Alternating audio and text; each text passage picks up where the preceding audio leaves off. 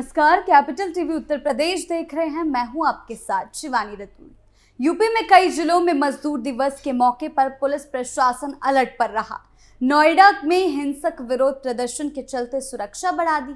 साथ ही जिले में धारा 163 को लागू किया गया और बड़ी संख्या में पुलिस बलों की तैनाती की गई। प्रदेश में कई जगहों पर सरकार का एक्शन देखने को मिला। हिंसा से जुड़े मामलों में प्रदेश सरकार एक्टिव है और किसी भी तरह से हालातों को नियंत्रित करने के लिए काम कर रही है, क्योंकि सरकार का साफ कहना है। इसी तर्ज पर हालात के बिगड़ने से पहले ही सरकार ने पुलिस बल को एक्टिव कर दिया और इसी के चलते सुरक्षा के कड़े इंतजाम किए गए हैं। तो क्या कुछ हुआ, देखिए रिपोर्ट। नोएडा हिंसा पर बड़ी कार्रवाई। मजदूर प्रदर्शन के बाद प्रशासन सब कमिश्नर लक्ष्मी सिंह के खुद औद्योगिक क्षेत्रों का जायजा ले रही हैं। कमिश्नरेट को 11 जोन पर 42 सेक्टरों में बांटा गया। जिले में 1000 से ज्यादा पुलिसकर्मी और पैक तैनात किए गए हैं। 50 से ज्यादा जगहों पर ड्रोन और सीसीटीवी से निगरानी रखी जा रही है। गौतम बुद्ध नगर में 30 अप्रैल को लागू की गई धारा 8 मई तक लागू रहेगी। धारा 163 लागू की गई है। इसके तहत पूरे जिले में कहीं भी 5 से ज्यादा लोग इकट्ठा नहीं हो सकते। पुलिस ने बताया कि पूरी जिले में कड़ी सुरक्षा व्यवस्था की गई है और औद्योगिक इकाइयों और प्रमुख चौराहों सहित महत्वपूर्ण जगहों पर ड्रोन और सीसीटीवी कैमरों के माध्यम से गहन निगरानी की जा रही है। नोएडा में वेतन वृद्धि की मांग को लेकर 13 अप्रैल को हिंसक प्रदर्शन हो गए। फेज 2 और सेक्टर 60 इलाके में प्रदर्शनकारियों ने वाहनों में आग लगा दी, संपत्ति को नुकसान पहुंचाया और पथराव की घटना सामने आई। इसके चलते दिल्ली जाने वाली प्रमुख सड़कों पर यातायात ठप हो गया और सुबह का व्यस्त समय दिल्ली नोएडा सीमा पर कई किलोमीटर तक वाहनों की लंबी कतारें लगी रही। अधिकारियों के अनुसार विभिन्न औद्योगिक इकाइयों के कर्मचारी वेतन संशोधन की लंबे समय से लंबित मांग को लेकर बड़ी संख्या में एकत्र हुए थे। भारी पुलिस बल तैनात। इस तरह की एक्टिवनेस इसीलिए दिखाई पड़ रही है क्योंकि पिछले दिनों जो गतिविधि हुई उसने प्रशासन की एक्टिविटी को बढ़ा दिया और ये साफ है कि कानून व्यवस्था के साथ किसी भी तरह का खिलवाड़ बर्दाश्त नहीं किया जाएगा और जो भी प्रदेश में हिंसा दंगा फैलाने की कोशिश करेंगे उनके खिलाफ सख्त से सख्त एक्शन लिया जाएगा। क्या कुछ हुआ था, कैसे प्रदेश का माहौल बिगाड़ा गया था, कैसे कुछ लोगों ने साजिश रची थी और आज उसी के चलते कैसे सख्ती दिखाई दे रही है, देखिए रिपोर्ट। हाई सिक्योरिटी जोन बना नोएडा। नोएडा में 13 अप्रैल को हुए मजदूरों के विरोध प्रदर्शन और उसके बाद हुई हिंसा और आगजनी मामले को लेकर जांच में बड़ा खुलासा हुआ है। अब तक की कार्रवाई में सामने आया कि हिंसा, आगजनी और पथराव में शामिल ज्यादातर आरोपी फैक्ट्री श्रमिक ही नहीं बल्कि बाहरी तत्व हैं। पुलिस ने अब तक कुल 66 लोगों को गिरफ्तार किया है, जिनमें से 45 श्रमिक नहीं पाए गए। जांच के मुताबिक मजदूरों को भड़काने, आगजनी और पथराव करने में संगठित प्रयास किया गया। आगजनी की घटनाओं में 17 लोगों की पहचान की गई, जिनमें 11 को गिरफ्तार किया जा चुका है। इन 11 आरोपियों में 8 ऐसे हैं जो श्रमिक नहीं हैं। इसी तरह हिंसा फैलाने के लिए भड़काने के मामलों में 32 लोगों की पहचान हुई है, जिनमें से 19 आरोपी गिरफ्तार किए गए।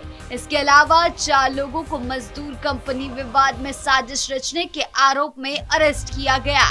सूत्रों के अनुसार अब तक हुई गिरफ्तारियों में कम से कम 34 ऐसे आरोपी शामिल हैं जो खुद को श्रमिक बताकर हिंसा में शामिल हुए, लेकिन जांच में श्रमिक नहीं निकले। सूत्रों के अनुसार अब तक हुई गिरफ्तारियों में कम से कम 34 ऐसे आरोपी शामिल हैं जो खुद को श्रमिक बताकर हिंसा में शामिल हुए, लेकिन जांच में श्रमिक नहीं निकले। बताया जा रहा है कि गिरफ्तार आरोपियों में से कई के संबंध मजदूर बिगुल और अर्बन नक्सल नेटवर्क से भी जुड़े पाए गए, जिसकी अलग से जांच चल रही है। इस पूरे खुलासे के बाद मुख्यमंत्री योगी आदित्यनाथ ने देर रात वीडियो कॉन्फ्रेंसिंग के जरिए वरिष्ठ अधिकारियों के साथ मामले की समीक्षा की। अधिकारियों ने सीएम को अब तक की जांच और गिरफ्तारियों की विस्तृत जानकारी दी है।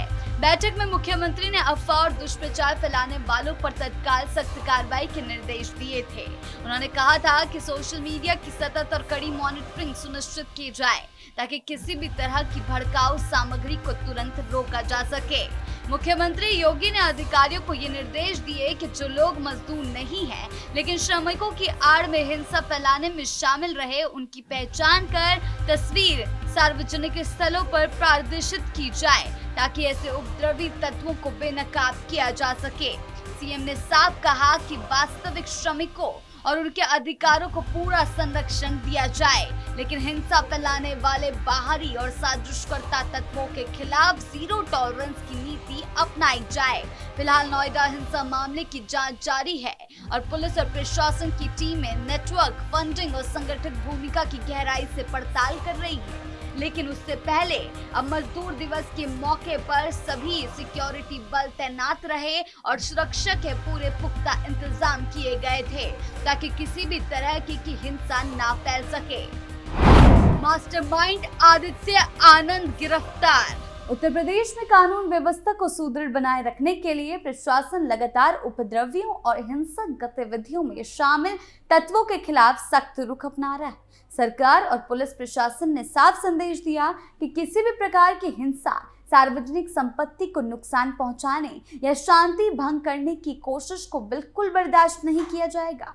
ऐसे मामलों में तुरंत कार्रवाई करते हुए दोषियों की पहचान कर उनके खिलाफ कानूनी प्रावधानों के तहत कठोर कदम उठाए जा रहे हैं, जिसमें गिरफ्तारी, संपत्ति जब्ती और दंडात्मक कार्रवाई शामिल है। योगी सरकार इस समय कानून व्यवस्था को लेकर काफी सख्त नजर आ रही है। उपद्रवियों के खिलाफ कार्रवाई करने के लिए प्रशासन पूरी तरह एक्टिव है। जहां कहीं भी अशांति फैलाने की कोशिश होती है, वहां तुरंत पुलिस और प्रशासन पहुंचकर हालात को काबू करने का कोशिश करते हैं। सरकार का साफ संदेश है, किसी भी तरह की अराजकता या हिंसा को बर्दाश्त नहीं किया जाएगा। यही वजह है कि हाल के समय में कई जगहों पर तुरंत कार्रवाई देखने को मिली, जिससे लोगों में सुरक्षा की भावना बढ़ी है।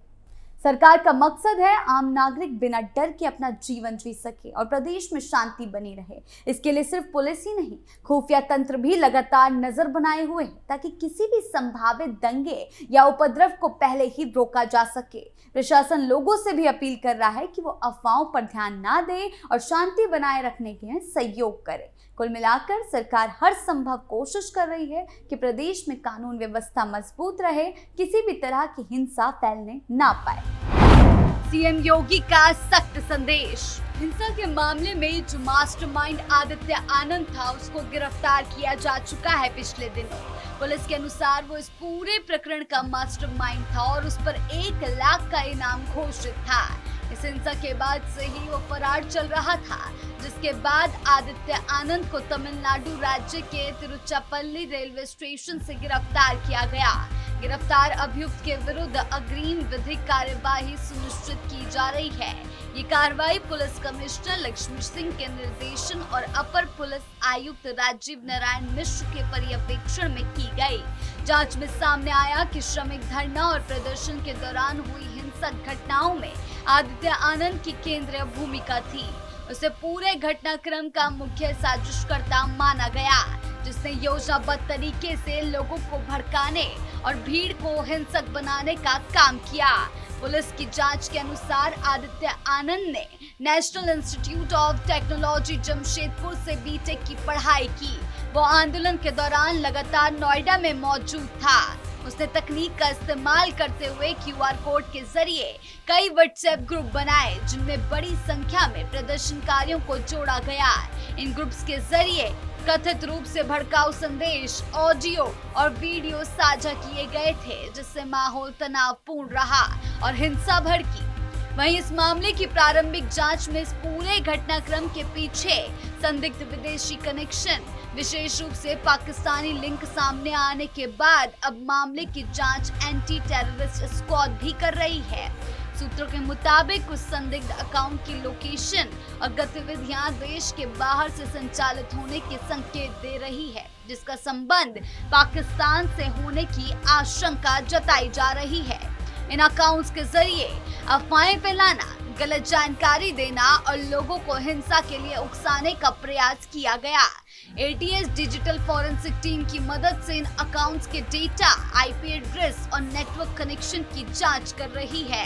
देखा जाए तो नोएडा और आसपास के इलाकों में हुई इस घटना के बाद प्रशासन पूरी तरह सतर्क हो गया। हर स्तर पर सख्ती दिखाई दे रही है। सरकार का साफ संदेश है कि किसी भी कीमत पर कानून व्यवस्था को बिगड़ने नहीं दिया जाएगा। आम लोगों की सुरक्षा सुनिश्चित की जाएगी। पुलिस लगातार जांच कर रही है। आरोपियों की पहचान कर उन्हें गिरफ्तार किया जा रहा है और पूरे नेटवर्क को समझने की कोशिश हो रही है ताकि भविष्य में ऐसी घटनाएं दोबारा ना हो। साथ ही प्रशासन लोगों से यह भी अपील कर रहा है कि वो भी किसी तरह की अफवाहों पर ध्यान ना दें, शांति बनाए रखें। सरकार साफ कर चुकी है कि जो लोग असली मुद्दों की आड़ में हिंसा फैलाने की कोशिश करेंगे उनके खिलाफ सख्त कार्रवाई की जाएगी। आने वाले समय में भी इस तरह की एक्टिवनेस और कड़े कदम देखने को मिलेंगे ताकि प्रदेश में शांति और स्थिरता बनी रहे और विकास का माहौल प्रभावित ना हो। आपकी इस बारे में क्या राय है, हमें कमेंट सेक्शन में जरूर बताएं। धन्यवाद।